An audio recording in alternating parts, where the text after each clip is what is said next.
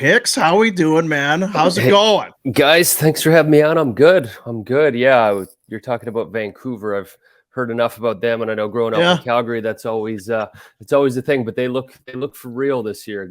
Really good hockey team, and found a way against the Islanders last night to stay in it and get on the power play and really go to work. So deflating time to be a New York Islanders fan right now. Yeah, it sucks for all of us. We were happy because the Oilers stunk. Now they've won 3 in a row. Canucks are doing great. This is no good. If the Oilers were going to suck, we could handle the Canucks being good. Now it's coming around. This is no good. No, it's no fair. Trust me. I know. I grew up there, still Calgarian at heart, and always watching those things. It's never good when the teams that you hate the most are doing it. It's the same here in New York. You know, if like the Islanders aren't doing good, at least you'd hope that the Rangers are bad, and the poor seasons, the fans they're fine as long as you beat the Rangers because they're so competitive in that sense. So I absolutely know where you guys are coming from. Yeah. So where did you play your minor hockey? I was trying to remember what teams you were on here. Yeah, I grew up. So I played Trails West growing up. Right. Royals, look at this. Trails West into the Royals, so in the Southwest. Yeah. Played all my hockey growing up there before I went to Seattle to play junior. That's two-year captain of the Royals. Look at this. Holy, U15 AAA, U18 AAA. Love to see it. Yeah, no, we had Art Arena. Yeah. Some of my we had Stu Peppard, the Pepperdome. Yeah. Especially in midget. But all my best buddies and stuff, guys I played with growing up. Good pierogies at the old Stu Peppard if you're there on the right day. That canteen there, it's a sneaky little spot. I'm telling you, if you're a hockey parent and you've not gotten the pierogies at the Stu Peppard, you're missing out. A sneaky 50-50 there too. Yeah, is that right? Yeah, you're near some nice neighborhoods. Like some good 50-50 pots in there. They've still got because I think they've made some changes to that rink, but you've still got the long tunnel all the way up to the back and around the corner. Yeah. It's an intimidating walk for a lot of those teams coming in there to play the Royals. It's not easy. Yeah, you're going downhill, and all of a sudden you're going uphill against the Royals. Big boards, thick too, like not forgiving one bit. So wasn't an easy place to play for other teams. But to be fair, my 1 year AAA there, we were near the bottom of the league, so I can't brag too much. Well, I guess poor leadership. I'm not sure. Jeez. I'm not sure. So you're working for MSG. I think people are going to be watching this. They're going to be very probably familiar. You, of course, go to junior, first round pick of the Kings. You end up with the Islanders. Now you're working Islanders broadcast. How did that, I guess, more recently then, going from your playing days to what you're doing now? How did that come about? Yeah, I just fell into it really. First of all, I love it. It's a blast. So living on Long Island, lived here for over 10 years now. And it's home for me. My wife and I, we bought a home and, with the intentions of being here for a long time because, for us, she's from Toronto and, it really became sort of a neutral place that we grew to love. And then last year my contract was up at the Islanders. That was where I spent my entire career really after getting drafted by the Kings. And I went to a tryout in New Jersey, had a PTO. And it didn't work out, and I was thinking about going to Europe, but just being around here, sort of having your ears to the ground, you hear some things, and I knew that they were looking for an analyst. And before I went over to Europe, I thought, okay, let me give this a try, see if it's something I like, see if I'm good at it, see if they like me. And after that tryout, I picked up the phone, I called. They still had a position open, and I did an audition. It worked out, and I really liked it. And I just, these jobs are, someone could have that job for a long time. The fact that it was open, I thought, you know what, maybe this means something. And, hockey, it needs to be in my life. I love playing it so much. And this is just sort of like I don't feel at all like I'm playing. I don't feel like I'm part of the Islanders hockey team one bit, but I do feel connected to the game and, around it every day, talking it, watching it, really the sweet spot for me, not getting hit. As you guys know, that's no fun. So it's safe, it's enjoyable. And I do feel connected to the game big time. So I'm loving it. And I'm doing some work for NHL networks as well, because they're just in New Jersey. So Islanders specific and in a broader sense, talk about the league as a whole. It's been a blast for me. I really enjoy it. Could be a hard pivot though, right? Because you're playing, and in your head, you're kind of thinking, okay, well maybe I got a PTO. Failing that, I'll go to Europe. I got a few. Either way, I'm going to be playing hockey for another year or 2 or 3, and then bang, that's a tight turn. Was there had to be some part of it saying goodbye to the hockey playing career that had to have been hard? You know what? I think if I took a year off and maybe I decided to take a year off and do nothing. I think there would have naturally maybe been a grieving period, but for me, like my gears in my garage, I think it's been, what do we got? It's been 13, 14 months. I haven't touched it. I haven't wanted to play just because I do feel so connected to this. And it's obviously not every day, but you're keeping up to date and you're following the team so closely and coming at it from a different angle. So I really don't miss it because I'm around it more. And when I was playing, there was a lot of times when you try to get home from the rink and turn your brain off and not think about hockey. And now my job it's thinking more about hockey, watching other teams. So I think that a day will come where I truly do miss it, but I just feel like this is a connection in a way to the game. So I never had to go through that period where I really missed it. But no, you know what? Nothing replicates playing the game, being in the room with your teammates. I certainly miss that part of it, but I'm pretty grateful that I get to see the guys and be still so close to the game still. You went real high in the draft, 4th overall, and 5 years later you get to the Islanders. I'm trying to remember what those 5 years were like, finishing junior, going to LA, the weight of expectations, and then what must have felt like a breath of fresh air when you get to the Islanders and it's just go play. Like, walk us through that journey, because I remember that being a bit of a roller coaster for you. Yeah, it was difficult. And, people ask me about it now, and I think the biggest thing I say is I'm thankful that social media and the nonstop coverage that we have now, that I didn't have to go through that, because there was a ton of pressure on me from myself, and pretty much to take you through it. Like my first year pro, I played a handful of games. I blew up my shoulder. I missed the entire season. So that was a setback for me. Then obviously playing pros different.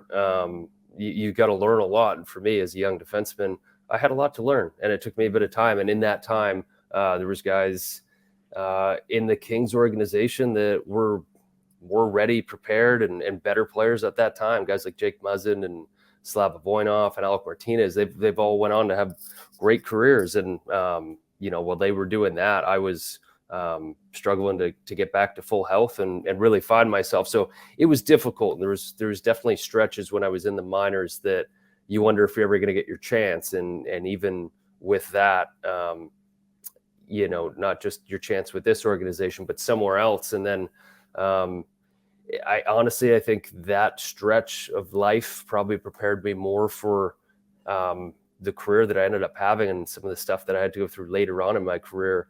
I'm grateful that I went through some tough times early on. You learn who you are when things don't go your way, and you got to find a way out of it. So it was tough. I love playing in Manchester in the American Hockey League with the Kings affiliate, and like nothing but good things to say about the Kings. My opportunity there, unfortunately, just didn't come. And I remember the day that I got placed on waivers for the first time, and I remember that call, just waiting until noon.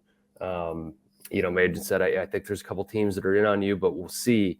And I got a call at like 12:05 that the Islanders had picked me up, and it's crazy how that works. And fast forward, life's changed, and that's home now. This is home for me. But it's just being prepared for those opportunities. And that was that one moment of a chance and building it up for 3 or 4 years with disappointment and learning a bit about yourself and making sure that when that opportunity strikes, that you've been putting in the work, not just physically, but more so mentally, really to take advantage of it and believe in yourself. And those are good teams. I mean, they win 2 cups in that little run there with Darryl at the helm. We're all familiar with that here in Calgary. So it wasn't like you couldn't crack a bad NHL team. That was the best NHL team for a few of those years. Timing was tough, no doubt. And so then when you got to New York, okay, it's a fresh chance, but when did you like, okay, I'm here, I'm an everyday NHL? Was there a moment for you? Was there a portion of a season? Was there a way you got treated in a contract negotiation? Anything where you're like, oh yeah, all those worries, I can forget those now? You know what?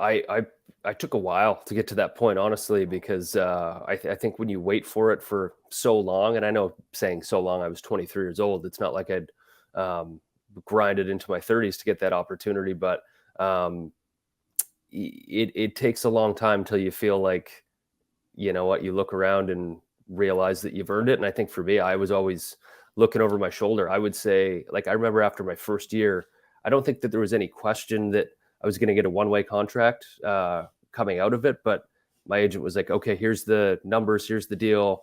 And I was just like, it's a one-way, right? And he's like, yeah, I mean, we didn't say anything. I'm pretty sure it's a one-way. But for me, that was Yeah. my mindset. I was like, okay, as long as it is, I don't care what the number is. Like, if I can just play games, I know that Yeah. I can assert myself and show people that I can play. But it was a lockout shortened season, so it was only 30 some odd games. So I still feel like I had something to prove. And then probably about halfway through my second year, that's when. And I think for anyone, the moment that you go out onto the ice and you realize that you're not worried about coming out of the lineup the next night, that's the moment that I think you've made it. And I was probably halfway through my second season when I realized that, you know what, I'm an everyday guy. I don't need to worry about those things. I can try to build my game. And I think that was the time that I realized no one's going to take it away from me easily. Meanwhile, Andrew Walker and I were working our asses off back here to try and get you to Calgary. Free agent. Now he re-signs with the Islanders. Like, Jesus Christ. Yeah, you know what? I relied on walks for a lot of free golf in the summer, so he still did his part. yeah, he's good for some things. Yeah. Other things, not so much. Now, and truly, because I know there was times there, was it ever close to maybe coming home? Because it makes sense that you stay with the Islanders. They gave you that shot. Things were working. Like you said, you kind of made a home out there. Was there ever a point where you were maybe close to coming to Calgary? Sort of. But I don't want to go too far down that road, because the main thing, like with the times that I went into free agency, and it was really one big time. And you get to talk to teams, and yeah, I talked to a bunch, and the Flames were one of them. But my priority was to stay here, just with putting roots down, and all my best friends through playing. You want to stay with those guys and the organization that took a chance on you. And we had new management, new ownership come in, so I wasn't sure if I was going to be in the fold. So I was thinking about those things, but when the opportunity presented itself to stay here, that was easy for me, and I didn't really go down the path too far with anything else, because I knew that I wanted to stay in the first place that gave me a chance. Yeah, I know. And we were looking really for just like a small percentage too, like even 0.5%, 1% kind of thing. What could have been? Yeah, what could have been. Now, what was cool too, though, and I mean, obviously, you get to New York, and then you're in the old building, and you get into the playoffs for the first time for so long. Those Islander fans, they had not seen the playoffs. They hadn't tasted it. That old barn was rocking. Overtime games. Walk us through some of those crazy memories, because I think we all kind of remember when the Islanders finally got back in.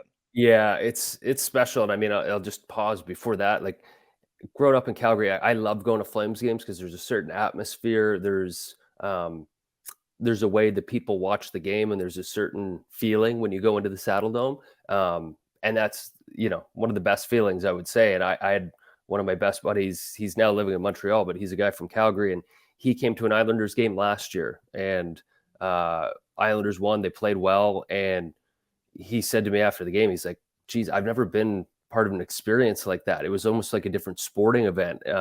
Knowledgeable people, really good hockey fans, but a different type of passion that they have, and a different way of watching the game and cheering.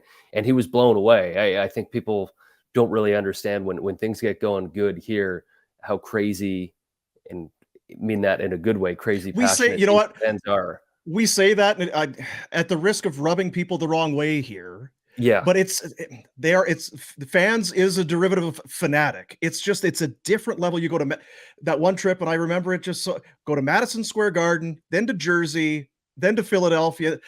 Those fans are just on another level. Yeah, to your point, it's different. It's a different way. There's like, but those playoff games you were talking about, like that first year, I was living at the hotel, which was right next to Nassau Coliseum, and I remember it was a playoff game day, and I think we had an afternoon start, like maybe 3 or 4 or something like that. And was sleeping. All of a sudden it was 8 o'clock and the music was going on outside. I couldn't understand it. I opened it up and people were tailgating. Like that's a big part of the culture. At least it was, not really at the new rink now. But that Nassau Coliseum, like special places, and you know, I know Rhett played there. I think some of the like it wasn't up to date.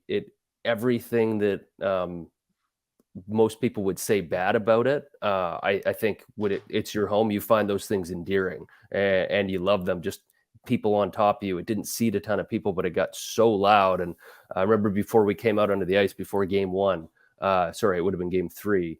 The place was shaking. Like, and we were sitting in that dressing room, small dressing room, and the place was shaking, and you could just hear the chanting and you could feel the vibrations, an unbelievable feeling. And the fans were ready to go. And honestly, the best teams that we've had in New York when I were here, one of the biggest factors or reasons why was that advantage that you get playing in New York. Cause you know, you throw Clutterbuck, Cizikas, Martin out and let those guys loose at the start of a game. Like, you not only have them going, but you've got 16,000 people that are also going crazy, and it adds a different element to the game.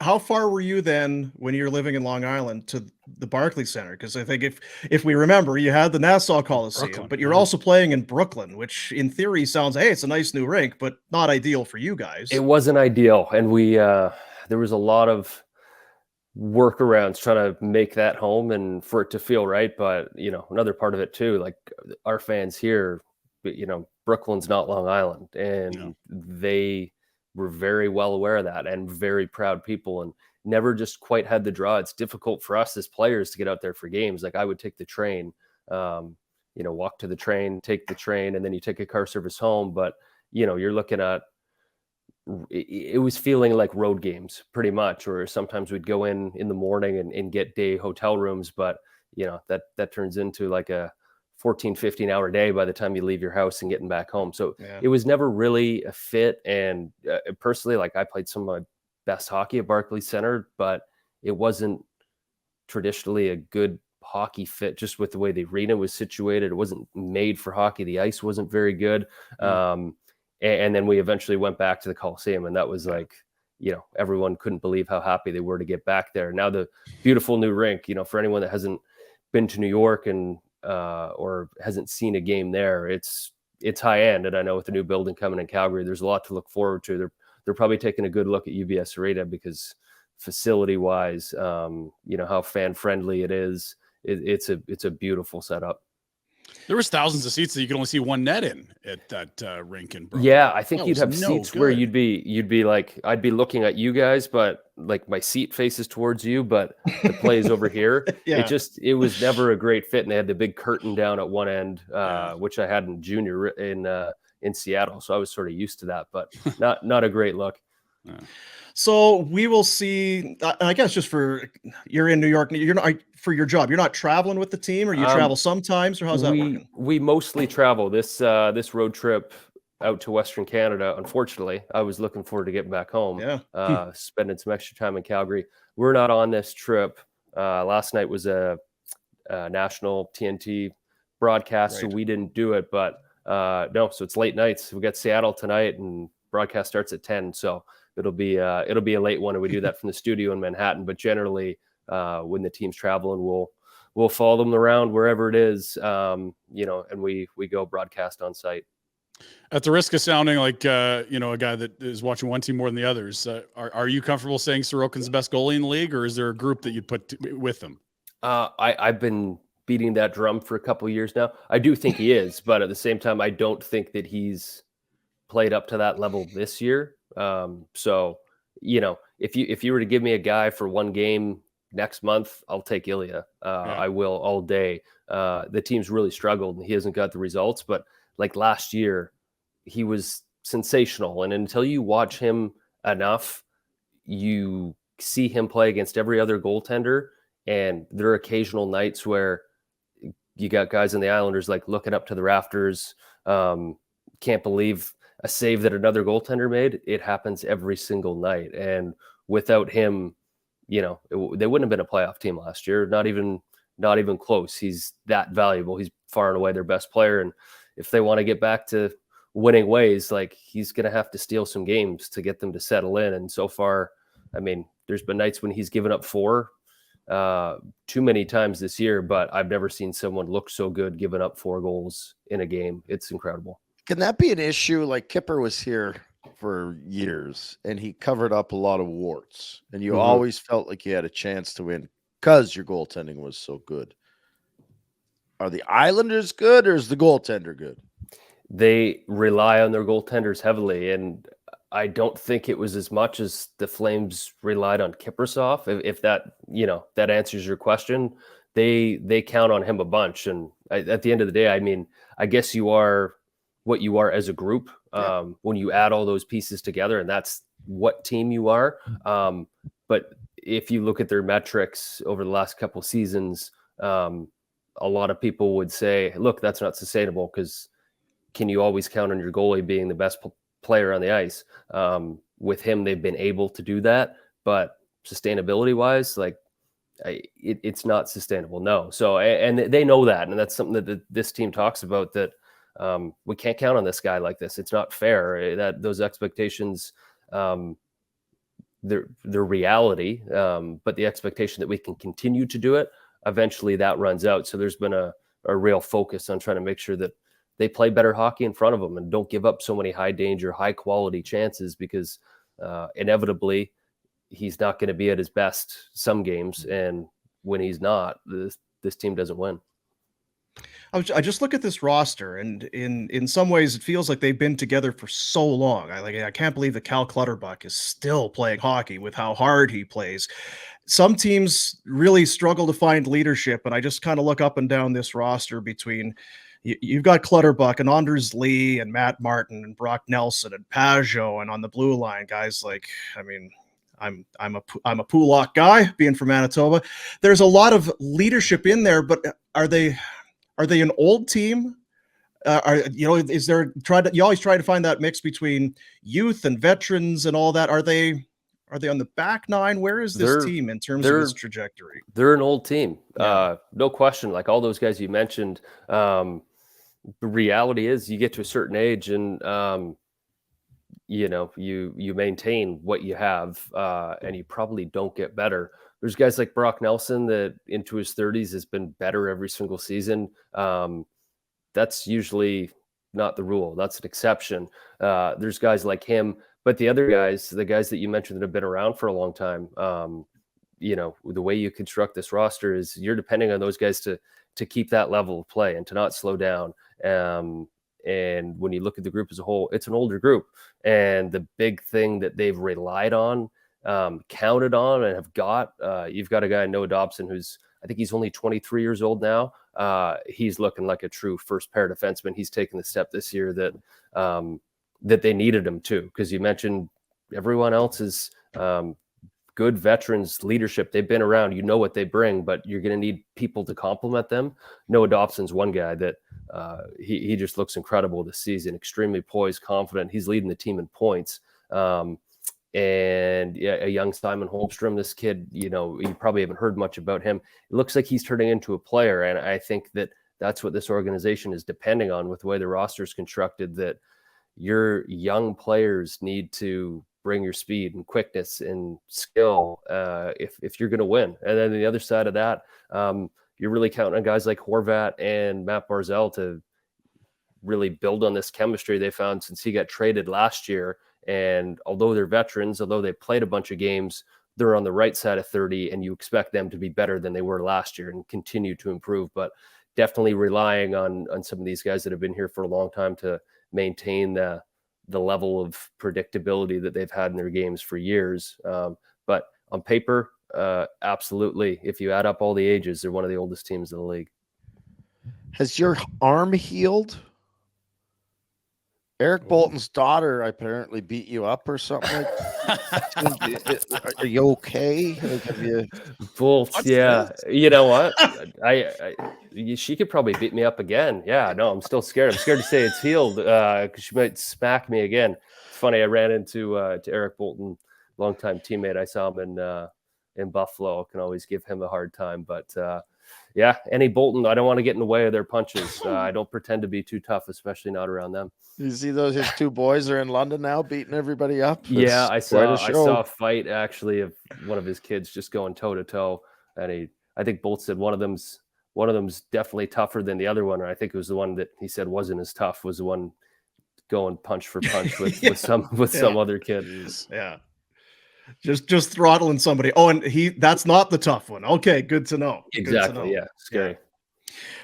Good talking to you, man. Haven't seen you in a long time. I was thinking maybe you'd be out, but understood. And just so you know, Zach Boychuk is in the chat. He says, Captain Canada.